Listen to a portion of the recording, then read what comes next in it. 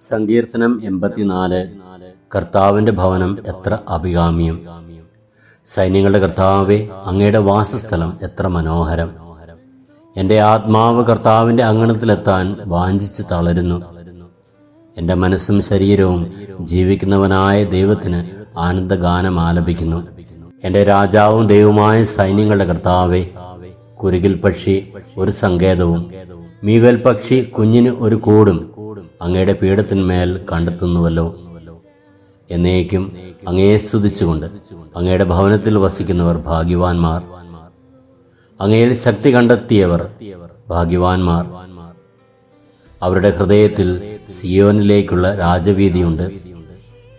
ബാക്കാ താഴ്വരയിലൂടെ കടന്നു പോകുമ്പോൾ അവർ അതിനെ നീരുറവുകളുടെ താഴ്വരയാക്കുന്നു. ശരത്കാല വൃഷ്ടി അതിനെ ജലാശയങ്ങൾ കൊണ്ട് നിറയ്ക്കുന്നു. അവർ കൂടുതൽ കൂടുതൽ ശക്തി ആർജിക്കുന്നു. അവർ ദൈവത്തെ സിയോനിൽ ദർശിക്കും. സൈന്യങ്ങളുടെ ദൈവമായ കർത്താവേ, എന്റെ പ്രാർത്ഥന ശ്രവിക്കണമേ. യാക്കോബിന്റെ ദൈവമേ, ചെവിക്കൊള്ളണമേ.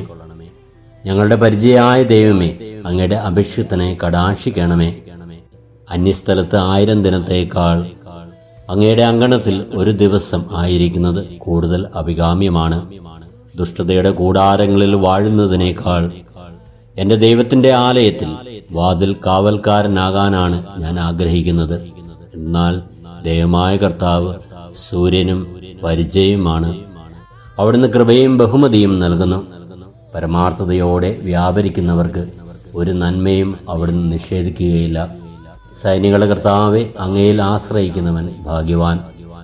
കർത്താവായ ദൈവമേ, അങ്ങിലേക്ക് കടന്നു വരുന്ന ആരെയും വെറും കൈയോടെ പറഞ്ഞു വിടുന്നില്ലല്ലോ. കർത്താവേ, അങ്ങിലുള്ള ആനന്ദത്തോടുകൂടി ജീവിക്കുവാനുള്ള കൃപയേകി എന്നെ അനുഗ്രഹിക്കണമേ. അന്യസ്ഥലത്ത് 1000 ദിനത്തേക്കാൾ അങ്ങയുടെ അങ്കണത്തിൽ ഒരു ദിവസം ആയിരിക്കുവാനുള്ള കൃപയേകി എന്നെ അനുഗ്രഹിക്കണമേ.